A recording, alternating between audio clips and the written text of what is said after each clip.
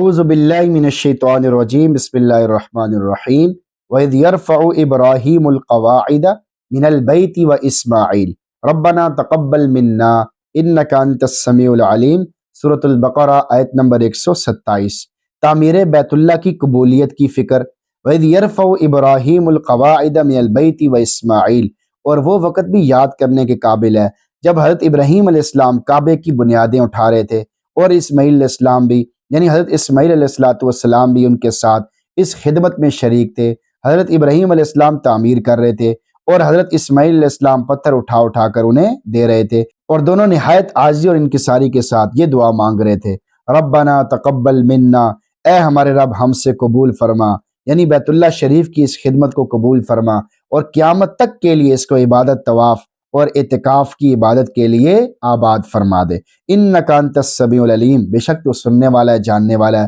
تو ہماری دعا اور آہوازاری کو بھی سن رہا ہے اور ہماری نیتوں سے بھی واقف ہے۔ ہم نے صرف تیرے لیے خدمت سر انجام دیا ہے۔ آیت کریمہ کا یہ لفظ بتا رہا ہے کہ اس خدمت کو ادا کرنے میں دونوں نے انتھک محنت کی، اور اس میں کسی قسم کے تساہل اور سستی سے ہرگز کام نہیں لیا، اس لیے کہ اس کے بغیر انک انت السمیع العلیم کہنا بہت مشکل ہے۔ نقطہ، قبول اور تقبل میں فرق۔ عربی زبان میں دو لفظ استعمال ہوتے ہیں، ایک لفظ قبول ہے اور دوسرا تقبل ہے۔ ان دونوں میں باریک فرق ہے۔ جو عمل قبولیت پانے کے لائق ہو وہاں لفظ قبول استعمال ہوتا ہے، اور جو عمل قبولیت پانے کے لائق نہ ہو وہاں لفظ تقبل استعمال کرتے ہیں، اس لیے کہ لفظ تقبل باب تفاعل سے ہونے کی وجہ سے تکلف پر دلالت کرتا ہے۔ حضرت ابراہیم علیہ السلام اور حضرت اسماعیل علیہ السلام نے لفظ تقبل کے ساتھ دعا کر کے اپنی انتہائی عاجزی انکساری کا اعتراف کیا ہے کہ یا اللہ ہماری یہ خدمت اس لائق نہیں کہ آپ کی بارگاہ عالیہ میں قبولیت پا سکے، بس آپ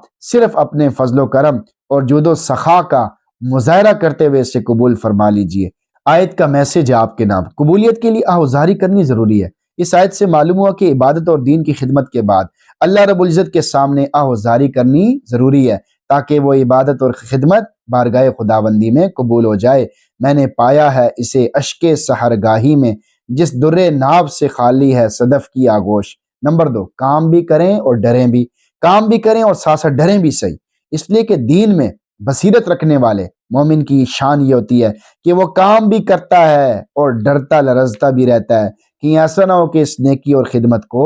ٹھکرا دیا جائے، اس لیے کہ وہ اللہ رب العزت کی صفات و اسماء کا وسیلہ دے کر اس عبادت کی قبولیت کی دعا کرتا رہتا ہے۔ بس جب بھی کوئی دین کی خدمت اور عبادت کریں تو اس کے بعد ان الفاظ کے ساتھ دعا کرنے کی عادت بنا لیں، ربنا تقبل منا انک انت السمیع العلیم۔ نمبر 3، کون سی خدمت و عبادت قبول ہے؟ جاننا چاہیے کہ بارگاہ خداوندی میں وہی عبادت اور خدمت مقبول ہے جس کو کرنے والا دل و جان سے اسے قابل قبول نہ سمجھے، اور کرنے والے کی نظر اپنے عمل پر نہ ہو بلکہ اللہ کے لطف و کرم پر ہو۔ نمبر 4، دیدے قصور کا غلبہ رکھیں، یعنی قصور، غلطی کی نظر اس کا غلبہ رکھیں۔ امام ربانی حضرت مجدد الفسانی رحمۃ اللہ علیہ فرماتے ہیں بندے کے اوپر دیدے قصور کا غلبہ رہنا چاہیے، اپنی نیکیوں پر بھی تہمت لگائے کہ اس میں اخلاص کا کمال پیدا نہیں ہو سکا، اس لیے معافی چاہتا ہوں۔ حضرت عبداللہ ابن مسعود رضی اللہ عنہ فرماتے ہیں رأس الحکمتی مخافت اللہ عز وجل،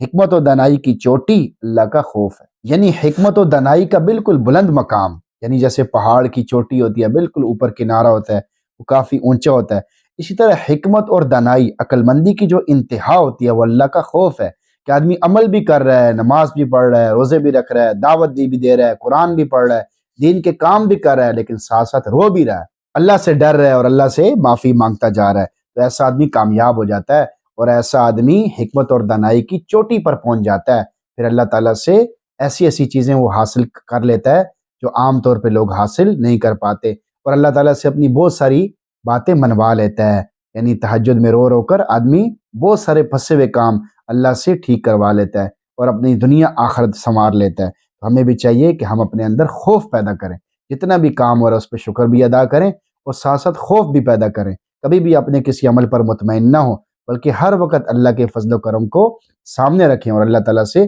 دعا مانگتے رہیں۔ اللہ تعالیٰ سے دعا ہے کہ اللہ تعالیٰ ہم سب کے ٹوٹے پھوٹے اعمال کو قبول فرما لے اور ہم سب کو معاف کر دے، بخش دے، اور آخری وقت میں ہمارا خاتمہ ایمان پر فرما دے۔